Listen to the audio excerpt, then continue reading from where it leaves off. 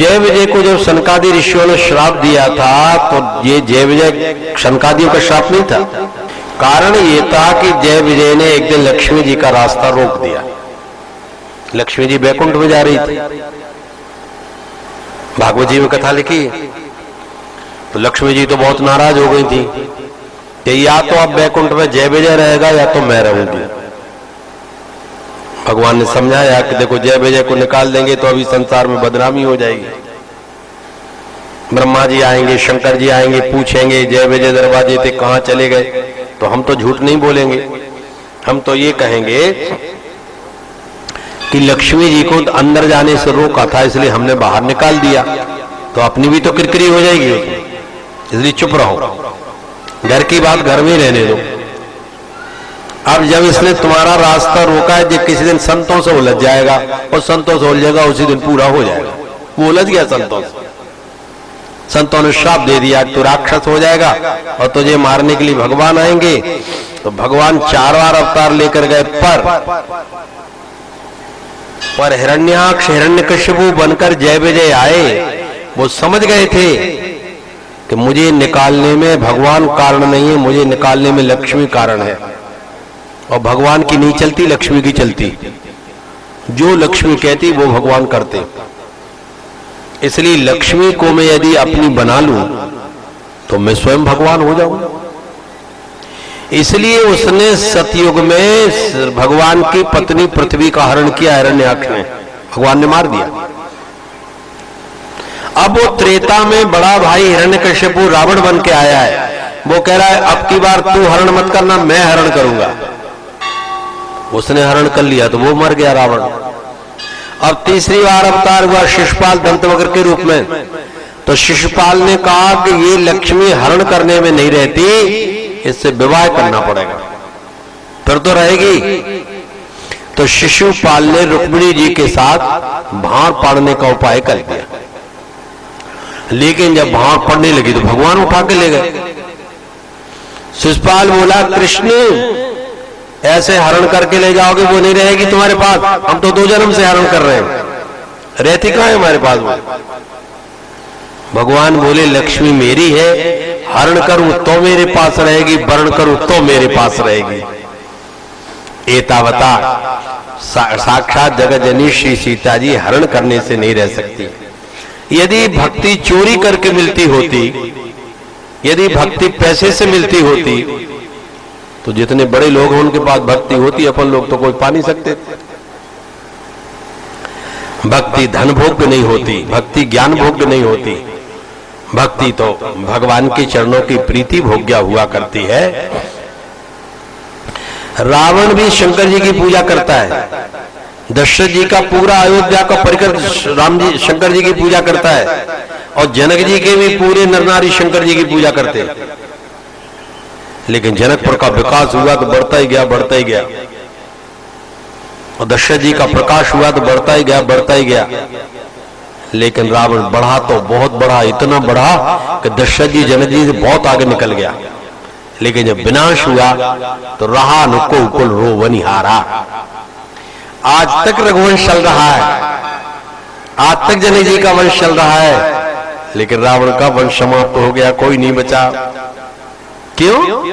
का वो इसलिए नहीं बच रहा है, शंकर जी की आराधना करते हुए वो शंकर जी को तो मानता है, लेकिन शंकर जी की नहीं मानता। शंकर जी जो कहते वो नहीं मानता। हाँ, शंकर जी को मानता है, उनकी आराधना करता है, उपासना करता है। आप देखें कि वो शंकर जी की आराधना उपासना के बिना नहीं रहता है, लेकिन भगवान ने ये कहा कोई मुझे माने न माने, पर जो मेरी मानता है वो मुझे बहुत प्यारा होता है, और जो आज्ञाकारी होता है प्रिय नहीं होता। एक बेटा पिता के सामने आता नहीं है, लेकिन आज्ञा पूरी पालन करता है, पिता को प्राण के समान प्यारा होता है। और एक बेटा 24 घंटे रहता है, सेवा भी करता है, लेकिन पिता माता की बात नहीं मानता, वो माता पिता को प्रिय नहीं होता है। शंकर भगवान के सिद्धांतों को न मानना ही रावण के जीवन के दुर्भाग्य का कारण था। शंकर भगवान तो कह रहे हैं उमा कहो मैं अनुभव अपना कि सत हरि भजन जगत सब सपना। माना रावण शंकर भगवान तो कह रहे महाराम समहित जग माही, ओ गुरु पितु मातु बंधु प्रभु नाई। माना रावण, राम जी को नहीं मान रहा है। चलो शंकर जी ने कहा कोई बात नहीं, एक बार और समझा देते।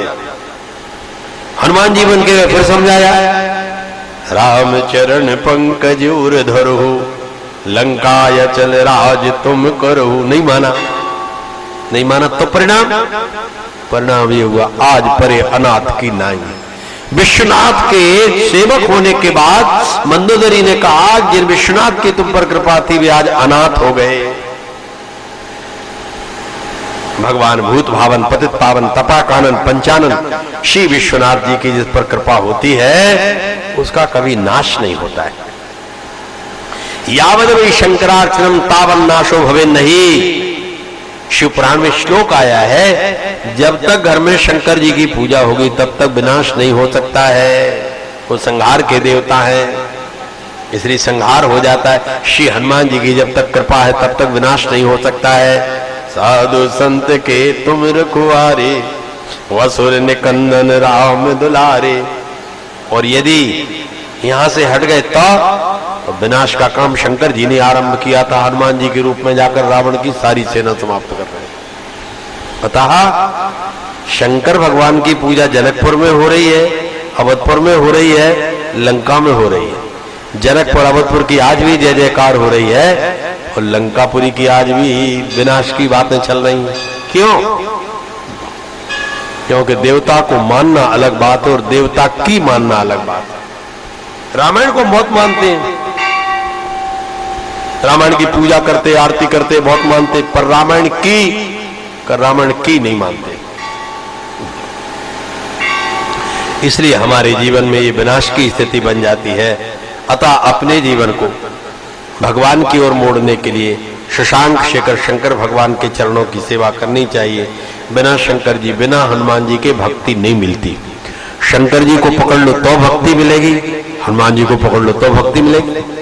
दोनों भक्ति के आचार्य हैं, दोनों एक ही है। तो शंकर जी है सो हनुमान जी, हनुमान जी सो शंकर जी है। बोलो शंकर भगवान। जानकी जीवन के बल जई हो, जीवन के बल जई हो। जानकी जीवन के बल जई हो, जीवन के बल जई हो। चित कहीं